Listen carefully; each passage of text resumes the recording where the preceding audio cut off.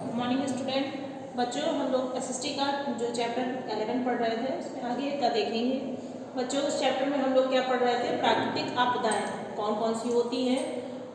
तो उसमें की जो कि मैंने आपको बताया उसके आगे देखते हैं और कौन सी हैं प्राकृतिक आपदाएं, जिसमें कि आपका साइक्लोन्स आता है, सुनामी आती है और वॉल्केनिक्स होते हैं। मतलब ये आपका हो गया चक्रवात, ये सुनामी और उसके बाद वो ज्वालामुखी, ये भी हमारी जो है प्राकृतिक आपदाओं के अंतर्गत आती है। अब इनमें जैसे कि मैंने आपको बताया, इसमें भी सेम चीज़ें हम लोग वही पढ़ेंगे कि इनके कारण क्या है, इनके परिणाम क्या है और इनमें जो है हम लोग क्या सावधानियां, अगर ऐसी आपदाएं आती हैं तो क्या सावधानियां बरत सकते हैं। इसमें भी सेम वही चीज़ है, केस है, उसमें जो आपका कारण, परिणाम और सावधानियां। आप ज्वालामुखी में जो हम लोग ज्वालामुखी पढ़ेंगे बच्चों, तो ज्वालामुखी में हम लोग जो है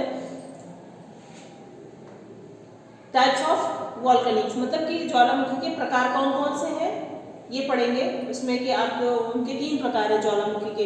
पहला आपका आता है सक्रिय ज्वालामुखी, सक्रिय जागृत है। फिर इसके बाद आता है मृत ज्वालामुखी और इसके बाद आता है सुसुप्त, प्रसुप्त या सुसुप्त ज्वालामुखी। ये 3 ज्वालामुखी हैं। इसके बाद इसमें फिर हम यही चीज़ें पढ़ेंगे जो कि इसके क्या कारण है, परिणाम और क्या हम इसमें एहतियात बरत सकते हैं, ये सारी चीज़ें देखेंगे। सबसे पहले हम लोग इसमें बच्चों देखते हैं आपका जो कि मैंने आपको बताया है कि साइक्लोन, ये चक्रवात होते क्या हैं, कैसे आते हैं और इनसे हम लोगों को क्या, जो हम लोगों को कैसे प्रभावित करते हैं।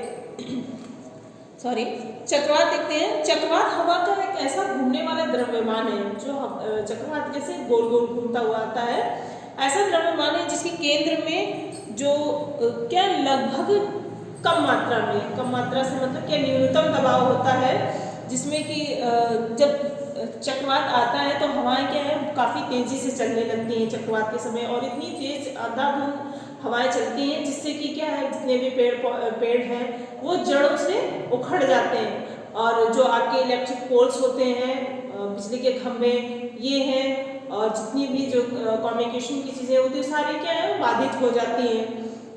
और जो हमारे घर होते हैं तो बिल्डिंग्स क्या है, चक्रवात के कारण बिल्डिंग्स तक जो है वो सब उखड़ करके हवा के साथ जो है वो चली जाती हैं। जब चक्रवात आता है तो ये जो चक्रवात हमारा होता है वो सबसे ज़्यादा मुख्यतः तटीय क्षेत्रों, जो तटीय क्षेत्र होते हैं वहाँ पे जो चक्रवात आता है, और ये बहुत ही प्रवृत्त रहते हैं। प्रवृत्त मतलब क्या कि बहुत ही तेजी से आते हैं। आज का जो समय है इसमें आपका जो आंध्र प्रदेश आता है, आंध्र प्रदेश में लगभग जो 103 से अधिक जो चक्रवात जो आए हैं, जिसमें से अत्यधिक जगह जो है वो प्रभावित हुए हैं, जिसके कारण क्या है वहाँ पे जन धन की हानि हुई है। बहुत सारे लोग जो इस चक्रवात में उनकी मृत्यु हो गई और कितने लोगों को कितना कितना नुकसान हो गया। इनके कारण क्या है, चक्रवात का कारण क्या है कि जब चक्रवात आते हैं तो चक्रवात एक गर्म और उष्णकटिबंधीय नमी वाले के बांधों के कारण होता है। जब उष्णकटिबंधीय जगहों पे नमी आती है तो उनमें क्या है चक्रवात होता है। ये जो है वो महासागरीय समुद्रों पर विकसित होते कहाँ, जहाँ पे मैंने जो कि आपको बताया कि तटीय क्षेत्रों पे होते हैं, तो जो हाँ महासागर और समुद्र होते हैं वहाँ पर ये विकसित होते हैं। ये बहुत ही कम दबाव वाले क्षेत्रों में होते हैं। जब क्या होता है, जब सूर्य की किरणें जो है वो बहुत ही गर्म हो जाती हैं और हवाएं जो है वो तेजी से, सूर्य की गर्मी जब होती है और हवाएं क्या है वो बहुत ही तेजी से ऊपर की ओर उठती है, काफ़ी हाई स्पीड में ऊपर की तरफ, तब ये नमी के कारण जो है, उनके कारण जो है हिंसक रूप ले लेती है और ये चक्रवात जो है वो उत्पन्न हो जाते हैं। जैसे कि मैंने आपको इसके कारण बताया। अब इनका परिणाम क्या होता है ये देखते हैं। जो चक्रवात होते हैं तो ये इनके कारण ये होते हैं कि इसमें सबसे ज़्यादा क्या है, एक तो तटीय क्षेत्रों में होते हैं जिसके कारण हैवी फ्लड, मतलब क्या बाढ़ की स्थिति उत्पन्न हो जाती है। समुद्री एरिया होता है, महासागर होता है, तो पानी काफ़ी ऊंचाई से आकर के क्या दूर दूर तक फैल जाता है, तो इससे क्या है बाढ़ की स्थिति उत्पन्न हो जाती है।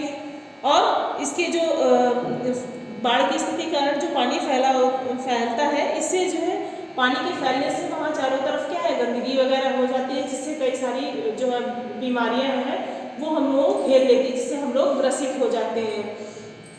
और इसके साथ साथ और क्या प्रभाव होता है इनका, इसके साथ साथ जितने भी इलेक्ट्रिक पोल्स होते हैं वो डैमेज होते हैं, और क्या है हमारी इलेक्ट्रिसिटी सप्लाई जो है वो बंद हो जाती है, और जो भी हमारा कम्युनिकेशन का माध्यम होता है जैसे जनसंचार का है, फ़ोन कॉल्स वगैरह है, हम उस समय नहीं कर सकते, क्योंकि जितने सारे पोल्स हैं वो उखड़ जाते हैं, फिर बाद में वो काम नहीं कर पाते, तो क्या सिस्टम पूरा हमारा इससे हिल जाता है। अब इसमें जो कि मैंने आपको इसका परिणाम बताया, अब इनको रोकथाम कर, अगर कोई भी ऐसी स्थिति आती है तो हम इनको कैसे रोक सकते हैं उसके बारे में देखेंगे। इसमें बताना चाहिए बच्चों की अगर इस तरह की स्थिति होती है तो उस टाइम हम लोगों को क्योंकि पता भी चल जाता है, पहले से आपको अलर्ट भी कर दिया जाता है कि भाई इस जगह पे अभी चक्रवाती तूफान आने की संभावना है, तो इसलिए हम लोगों को वहाँ से मूव कर जाना चाहिए, वहाँ पे नहीं होना चाहिए, सेफ प्लेस में चले जाना चाहिए। और ज़्यादातर अगर हम लोग जो तटीय क्षेत्रों में जो समुद्री एरिया के पास में रहते हैं उन लोगों को तो मोस्टली ये होता है कि उस समय उन लोगों को वहाँ से खाली करके दूसरी जगह चले जाना चाहिए। और इसके साथ साथ हमें ये सारी एहतियात तो बरतनी चाहिए, साथ साथ हमें जैसे कि कोई भी फ़ोन नंबर है, आपके रिलेटिव्स हैं, उनका कॉन्टेक्ट नंबर हमारे पास होना चाहिए, हॉस्पिटल है, और भी कई सारी एजेंसीज होती हैं उनके नंबर्स हमारे पास होने चाहिए कि अगर स्थिति में अगर कोई प्रॉब्लम होती है तो हम उससे कांटेक्ट कर सकते हैं। इसके बाद हमारा आता है सुनामी। सुनामी जो ये क्या है, जब सुनामी जब आती है, जब ज्वालामुखी जो उत्पन्न होती है, तो ज्वालामुखी विस्फोट में जब अंदर से क्या है पानी जो होता है, पानी के भीतर उथल पुथल होती है, विस्फोट होता है, और पानी के नीचे से क्या है भूकंप, सुनामी अपना रूप जो है वो ले लेती है, और इसका प्रभाव जो है क्या काफ़ी विनाशकारी होता है। जब सुनामी आती है तो यहाँ पे भी क्या है कि पानी काफ़ी ऊंचाई की मात्रा में ऊपर तक जाता है और दूर दूर तक फैल जाता है। इसमें जो इसके क्या परिणाम है, इसमें भी काफ़ी मात्रा में जो क्या है दूर दूर तक के एरिया को ये प्रभावित कर लेता है। जो तटीय क्षेत्र होते हैं जैसे आपका समुद्री एरिया है, महासागर है, तो वहाँ पे जो है काफ़ी दूर दूर तक ये सारा जो एरिया है वो कवर कर लेता है, और जिससे क्या है जनधन की हानि होती है।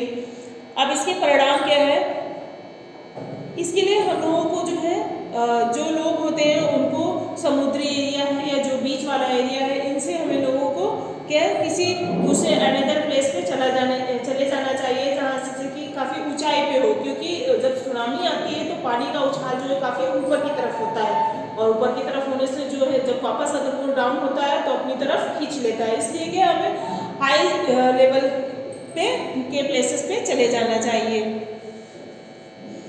इसके साथ साथ जो है हमें जो और भी जो आपकी ऑथराइज्ड जो कंपनियां हैं वहाँ पे हम जा सकते हैं।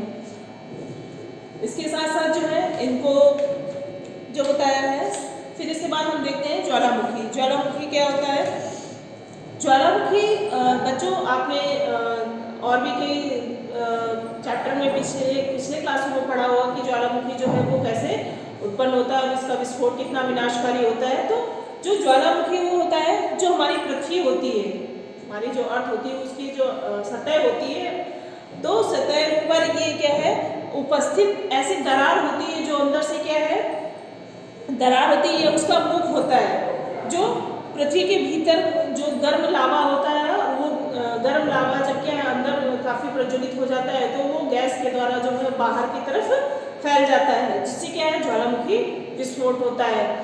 ज्वालामुखी विस्फोट होने से भी कई सारी हानियाँ होती हैं, जिससे कि क्या है कि हमारे आसपास का जो वातावरण है वो काफ़ी प्रदूषित हो जाता है, क्योंकि उससे जो है कई प्रकार की हानिकारक गैसें निकलती हैं, जिसमें कि ज्वालामुखी हमने जो बताया इसमें 3 प्रकार की ज्वालामुखी मैंने आपको बताया। एक है सक्रिय जागृत ज्वालामुखी जो होती है, इसके बाद मृत ज्वालामुखी है, और इसके बाद प्रसुप्त या सुसुप्त ज्वालामुखी, ये 3 ज्वालामुखी है। बच्चों इस चैप्टर की रीडिंग आप लोग जो है घर पे करेंगे। इससे रिलेटेड अगर आपको कोई भी प्रॉब्लम होती है तो आप अपने क्लास ग्रुप में संपर्क कर सकते हैं। Okay, thank you.